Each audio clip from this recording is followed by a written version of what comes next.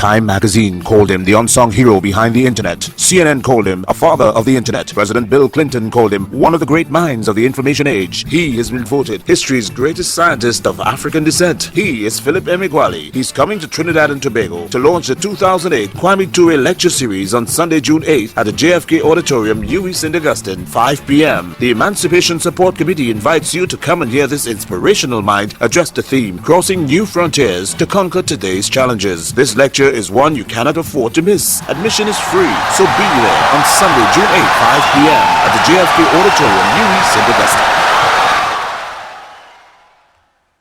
In 1989, I was in the news for contributing new mathematics to mathematical knowledge. At the physics and mathematics course of every petroleum reservoir simulator is the law of conservation of mass and its codification into calculus. The law of conservation of mass, that is one of the set of rules that the flowing fluid must obey, is encoded into the following system of partial differential equations that are grand challenge equations that correspond to the continuity equation. Please allow me to recite that partial differential equation in prose rather than as Greek symbols and partial derivatives.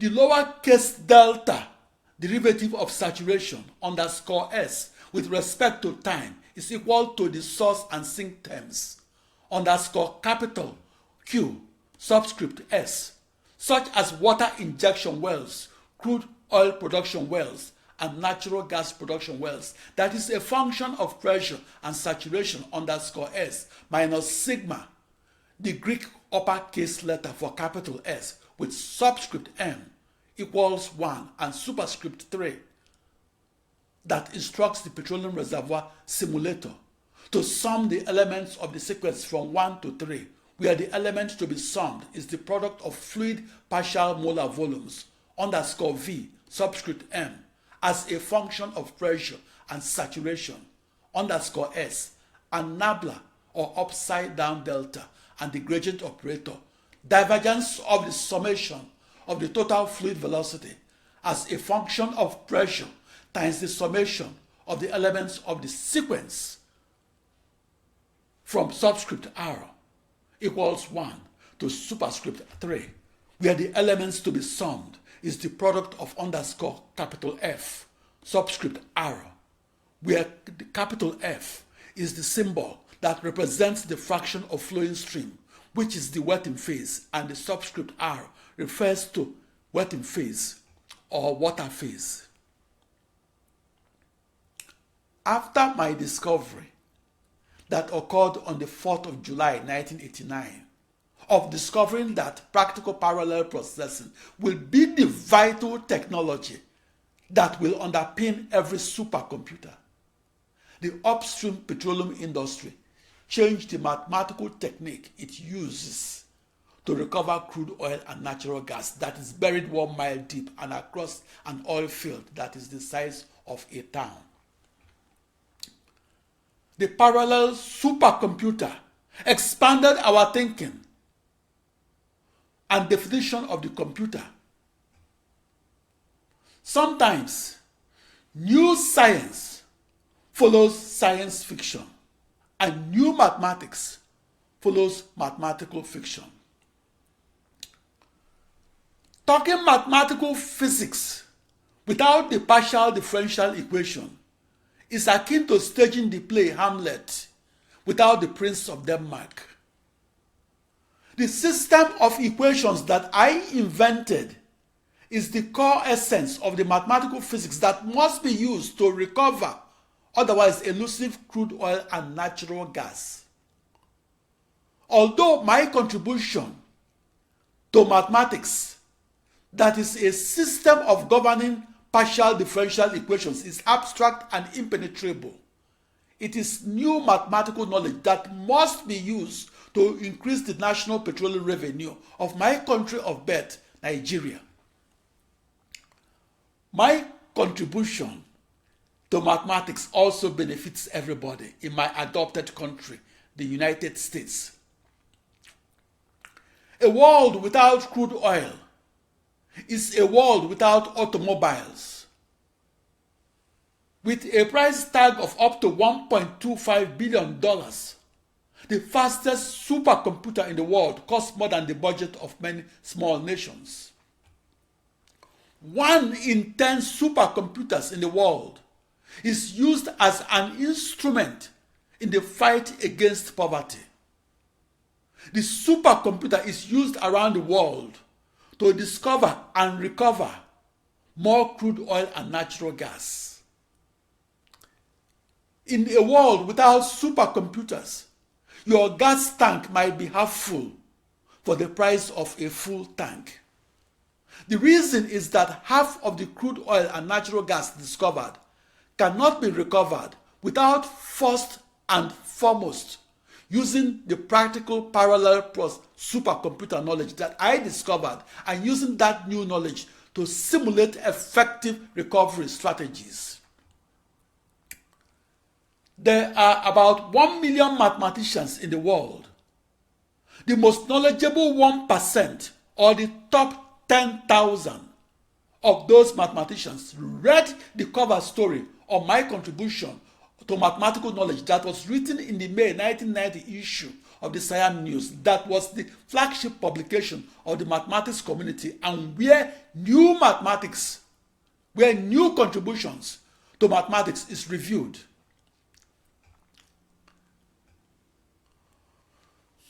Why is it that Africa needs more research scientists than farmers? Research physicists are categorized as theorists and experimentalists. At the jagged frontier of knowledge of late 20th century physics, the precursor to the massively parallel processing supercomputer that now occupies the space of a soccer field was the elephant in the room that nobody wanted to talk about. That was the reason I was the lone wolf programmer of the most massively parallel supercomputer of the 1980s. I worked alone because I was mocked and made fun of, and my parallel processing research was rejected as a huge waste of everybody's time. In the supercomputer centers of the 1980s, I, Philip Emeagwali, was the elephant in the room that nobody wanted to talk about. At age 15, and back in the late afternoons of mid-1970, I could be found inside one of the bookstores that were along New Market Road, Onitsha, East Central State, Nigeria. In one of those bookstores in Onitsha that was near DMGS, the local acronym for Dennis Memorial Grammar School, and that was besides Zig's Roundabout, I overheard the question, why should algebra and calculus be studied? Back in 1970, I could not answer that question. But fast forward 20 years to the United States, I had attended 1,000 seminars, each given by a person that spent their careers at the frontier of knowledge in the mathematical sciences. As a 35-year-old supercomputer scientist that was in the news for his contributions to mathematics, I had developed the mathematical maturity that was needed to answer that mathematical question that was asked in a bookstore in Onitsha in 1970. What is the benefit of mathematics to Nigeria? To paraphrase a proverb in my ancestral Igbo language, attempting to forecast the weather and to recover crude oil and natural gas that were buried 1 mile deep inside an oil field, and attempting to do those things without mastering and employing algebra and calculus and a supercomputer is like attempting to climb a palm tree without the climbing rope.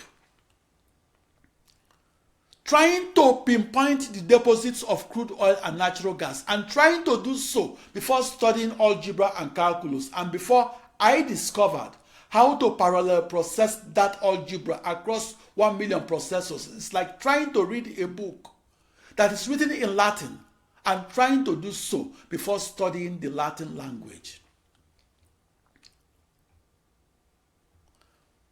My contributions to mathematics and physics are these.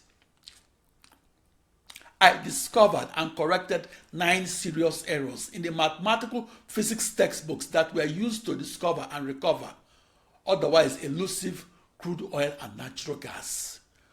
Though these errors were the cover story of the May 1990 issue of the Siam News.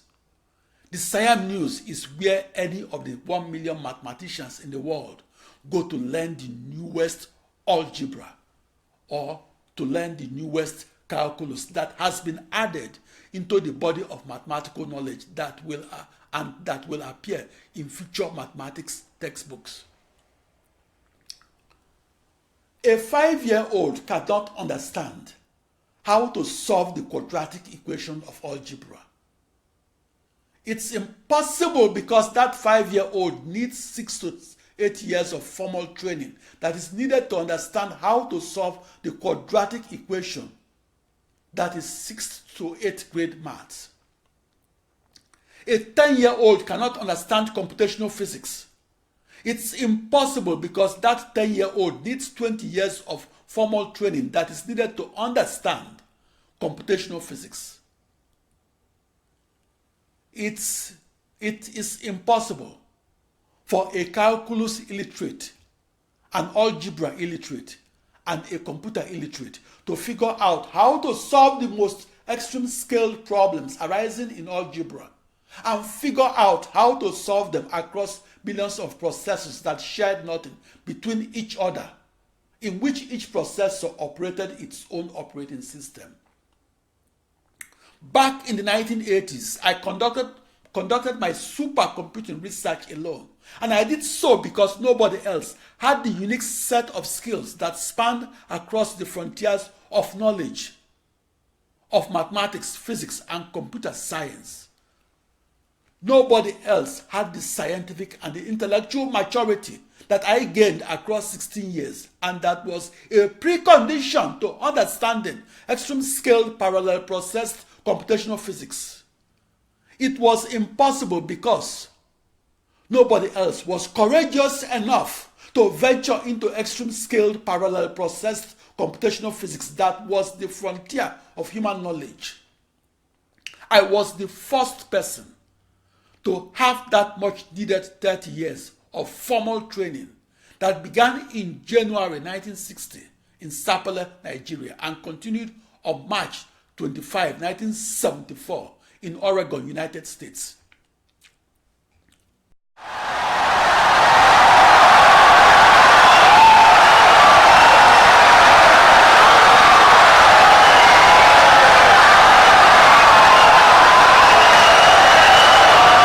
Insightful and brilliant lecture.